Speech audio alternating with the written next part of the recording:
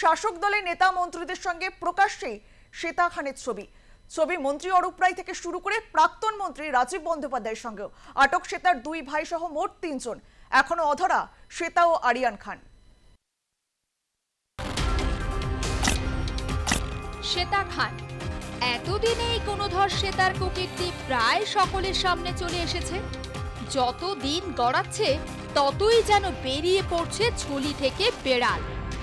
বাঁকড়া থেকে ব্যাংককে sex racket চালাতো এই শ্বেতা, আর তার এক ফোনেই নাকি বাড়িতে পৌঁছে যেত পুলিশ। প্রতিবেশীদের কথায় উঠে এসেছে এমনই সব চাঞ্চল্যকর তথ্য, আর সেখান থেকেই দানা বেঁধেছে প্রশ্ন, এক সাধারণ মহিলার এত ক্ষমতা যে তার এক ফোনে সোজা বাড়ি পৌঁছে যেত পুলিশ? এই প্রশ্ন যখন ইতিউতি ঘুরে বেড়াচ্ছিল তখনই সামনে এলো বেশ কিছু ছবি। দেখা যাক সেই ছবি।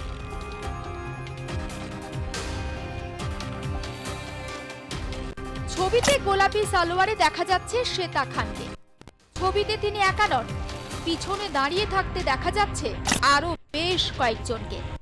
তবে এই ছবিতে যিনি বিশেষভাবে নজর কাড়ছেন তিনি হলেন মন্ত্রী অরূপ রায়। এরপরেই উঠে আসে প্রশ্ন, তাহলে কি শাসক দলের ঘনিষ্ঠ শ্বেতা? এমন প্রশ্ন উঠতেই আগে ভাগে ভাব বুঝতে স্পষ্ট করেছেন মন্ত্রী অরূপ রায়। মন্ত্রীর বক্তব্য, শ্বেতা খানকে চিনি না, এসব মেয়েরা প্রভাব খাটানোর জন্য সব করতে পারে, দুর্জনের তো ছলের অভাব হয় না, যদি দলে থাকে তাহলে দল থেকে তাড়া। এ গেল মন্ত্রী অরূপ রায়ের বক্তব্য।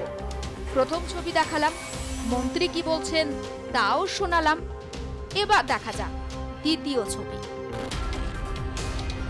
যে ছবিতে দেখা যাচ্ছে বোরখা পরে তৃণমূলেরই কোনো সমাবেশে দাঁড়িয়ে রয়েছে শ্বেতা, আর তার সঙ্গে দাঁড়িয়ে রয়েছেন ডোমজুড়ের প্রাক্তন বিধায়ক তথা প্রাক্তন মন্ত্রী রাজীব বন্দ্যোপাধ্যায়। প্রাক্তন মন্ত্রী বলছেন, একসময় ডোমজুড় কেন্দ্রের বিধায়ক ছিলাম, নানান অনুষ্ঠানে যেতাম, কে কখন ছবি তুলেছে বলতে পারবো না। এবার ৩ নাম্বার ছবি। এই ছবিতে একসঙ্গে দেখা যাচ্ছে হাওড়া তৃণমূল জেলা সভাপতি কল্যাণ ঘোষের সঙ্গে শ্বেতা খানকে।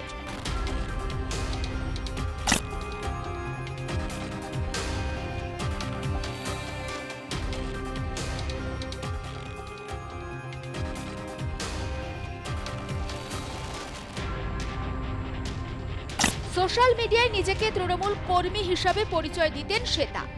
তৃণমূলের প্রথম সারির নেতা মন্ত্রীদের সঙ্গে একাধিক ছবি তার। মঙ্গলবার শ্বেতা ওরফে ফুলটুসির 2 ভাই সহ 3 জনকে আটক করা হয়। ডোমজুড়ের মুন্সিডাঙ্গা এলাকার বহুতলে লুকিয়ে ছিল তারা।